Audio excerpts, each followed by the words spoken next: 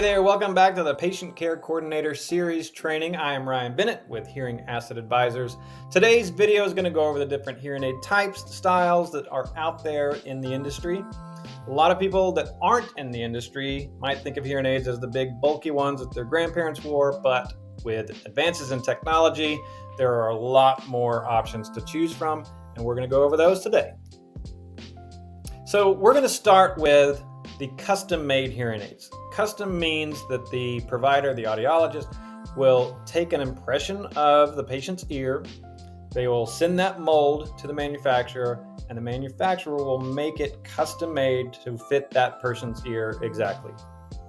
This model right here, the CIC, is one of the smallest models they make.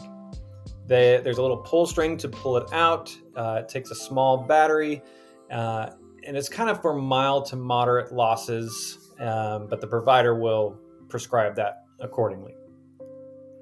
This one is a little bit smaller than the CIC. This is a IIC, which means invisible in canal. It goes deeper into the ear canal, and there's a longer pull string to pull it out. I mentioned the impression that they have to take. It's a very deep impression that the audiologist has to take to get a good mold to send off to the factory. So it can be a little uncomfortable sometimes, but these are for people who really don't want anybody to see that they have hearing aids. And again, it's for that more mild, moderate loss. And these three here are kind of the rest of the customs. You have your ITC, which is in the canal, and then there's two versions of the ITE, which is in the ear. In the middle there's a half shell, and then on the right is the full shell. The provider will prescribe these based on the hearing loss. If they need more power, then it's a little bit bigger hearing aid. And sometimes it just comes down to dexterity. If the person maybe could wear a CIC, but their fingers can't handle opening the battery door or pushing the buttons, they might opt for an ITE. And now we're getting into the over-the-ear or behind-the-ear hearing instruments. This picture right here is about as close as what the general public thinks of hearing aids. But this is for people with pretty severe, profound hearing loss. In the older days, a lot of hearing aids were like this because they had to control that feedback. Remember in the previous video, we talked about the whistling, the feedback that comes.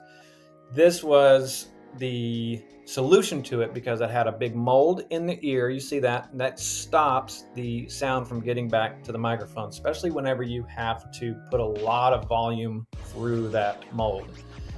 This is for, again, profound users. You don't see it as much as you used to see it in the audiology clinics. And this is the star of the show, the receiver in canal. You'll see mostly these types of hearing aids in your audiology clinic, and the reason for it is they are very versatile. A little history on it, maybe 15, 20-ish years ago from the time of this video, they had to have a solution to the most common type of hearing loss, which is the high-frequency sensorineural hearing loss, where you're really having most of the trouble in those high frequencies. But the problem with, like the BTE, if you had a big mold, if people with high frequency loss had good low frequencies, but bad high frequencies, and you clogged up the ear with an ear mold, they would get what's called an occlusion effect, and everything would just feel like it's in their head. This is an open fit hearing aid. So it leaves the ear open to where those low frequencies aren't getting trapped in there. And the hearing aid is bringing up those high frequencies. And if you see that little rubber piece on the end of the receiver, a lot of places call it a dome or a tip, but that can be changed based on the size of the ear canal, the severity of the hearing loss, if there's any feedback happening.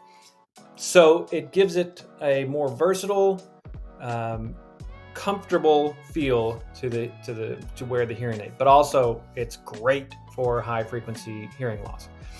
You can add things to it, make a more powerful receiver. You can add a mold to it if you do need to trap those lows in. So it's a very versatile hearing aid, and that's the reason why you will see mostly RICs in your office. And they will mostly come as a rechargeable option. And speaking of rechargeable options, Most of the RIC hearing aids, the RICs, and some of the customs are going to be rechargeable. But there are plenty of hearing aids out there that are still using batteries, and in the old days, they all took batteries.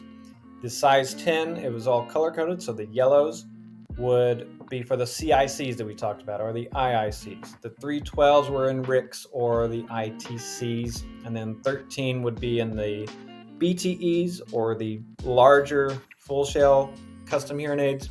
And then the 675, that is for power BTEs, even bigger than the BTE. That's for profound hearing loss when they need just a ton of power pushing through it. So those are really big batteries. But people used to call in and say, I need a pack of the orange hearing aid batteries. And so if someone calls in and says, I need a pack of browns sent to my house or a pack of yellows, they're talking about batteries. But again, most of the options these days are going to be rechargeable. Thanks for watching. There are still plenty of specialty type of hearing aids out there that you'll kind of discover as you go along, but this will give you a good basic understanding of the types that you'll likely see in your audiology clinic. If you have any questions, feel free to email me at ryanb@hearingassetadvisors.com. Thanks.